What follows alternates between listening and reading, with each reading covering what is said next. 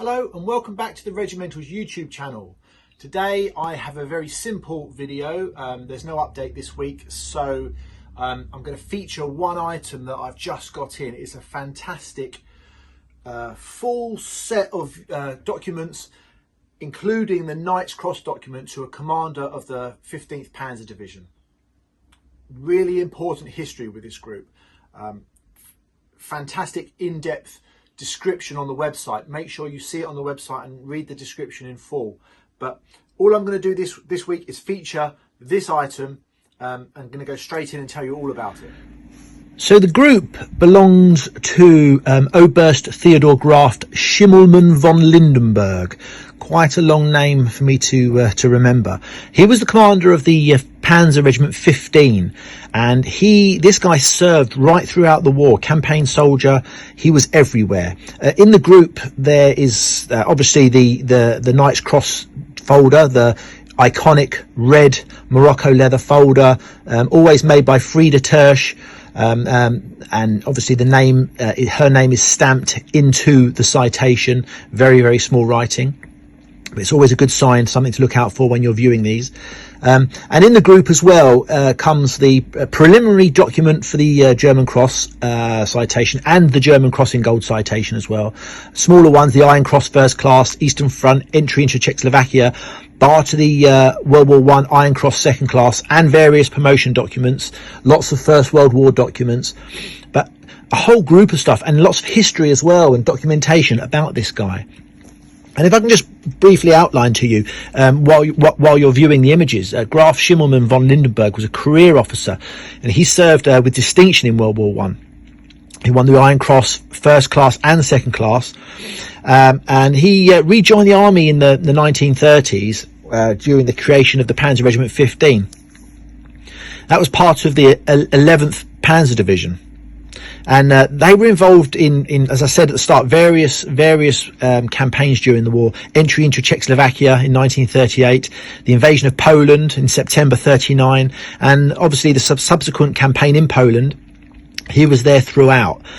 He was there for the campaign in France in 1940 and the campaign to invade Yugoslavia in 1941, and that is where he won the Knights Cross. The regiment and division, they further served in very famous fronts. They were the closest regiment to reach Moscow, and they fought in the Battle of Kursk. But by this time, they had gained their nickname, the Ghost Division. And in 1944, they were moved to southern France after the invasion of southern and northern France. They were involved in many battles defending the borders of Germany, and they were involved in the Battle of the Ardennes, the bridge at Remagen. Throughout the whole of the war, Schimmelmann served with the regiment. He was the commander of that regiment for the whole of World War II, and that is why I tell you that this group is so historically important, because he was such an important guy. Obviously here you can see with the group as well is this Knights Cross and Oakleaf set. Now, this group came in together with the citation and group of documents. However, highly unlikely it's belonging to the same man. It just came from the same collection. It's a beautiful, stunning Junker Knights Cross, probably the most popular of all the Knights Crosses. Really, really deep cast, really striking look of the Junker Knights Cross, and attached with it is the Junker oak leaves as well. Both of them are marked L800, L12, but stunning pieces. They will be sold separately to the Knights Cross citation group. So as I said, short and sweet video this week. I really hope you've enjoyed looking at this beautiful group of items. Very, very historically important. I can't stress that enough, how important this is within the realms of historic military collectibles. Just one last thing to say, we have a couple of shows coming up. The end of February, we have the SOS show in Louisville, Kentucky, and we will be attending the show. We'll have a table there.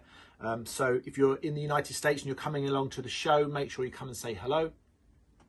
But before that, just before we go to America, on the 20th of February, Sunday the 20th of February, is the Birmingham International. It's held at the Motorcycle Museum in Birmingham, just right near the NEC.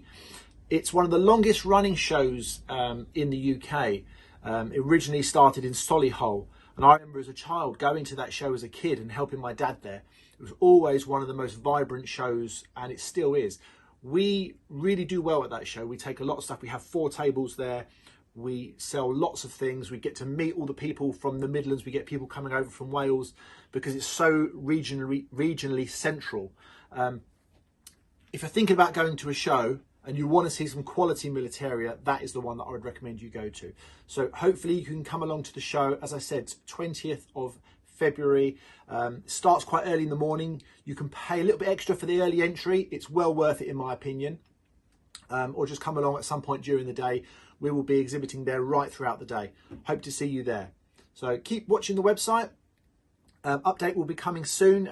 Eagle-eyed viewers will spot some new items behind me here. Nice set of Afrika Korps Tropheims, and there'll be plenty more items coming onto the site very soon.